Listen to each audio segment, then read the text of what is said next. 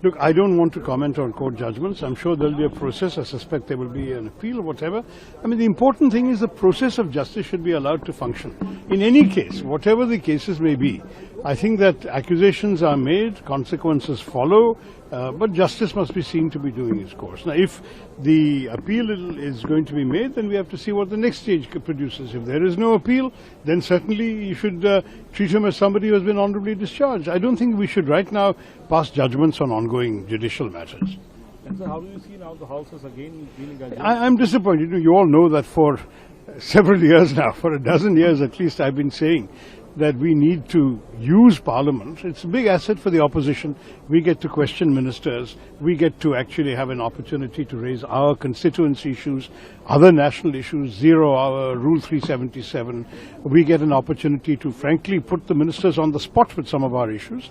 And on top of that, our views are placed on record. I was just talking to a colleague now and saying that some years ago there was an observation by a judge for a major case that how can I listen to your arguments when this bill was passed without any debate in Parliament, so we don't understand the intent of the bill. There was no opportunity to know why the bill was passed, what the logic was, what the other side's arguments were.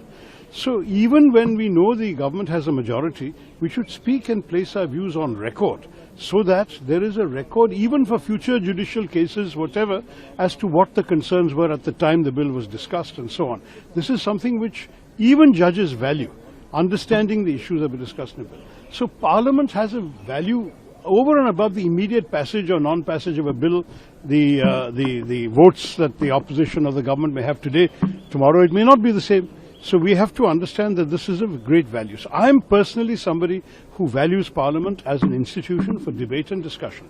Now, as you've seen, there is a level of, shall we say, lack of communication between the government and the opposition that has resulted in this unhappy situation.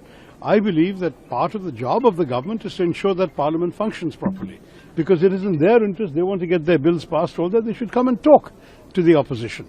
I don't know whether enough talking is taking place, because normally there is some give and take. I remember the one term that I served when we were in power. Otherwise, I've been in opposition throughout my career.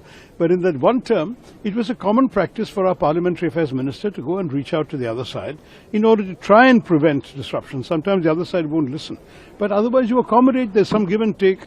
I don't see very much giving and taking in this process right now. And I think this is not good for the health of our Parliament or the health of our democracy. That's right. And frankly, every issue should have this kind of discussion.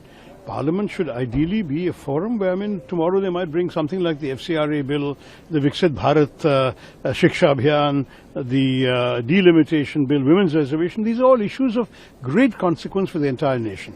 So I'm really hoping that there will be some accommodation between the government and the opposition very soon.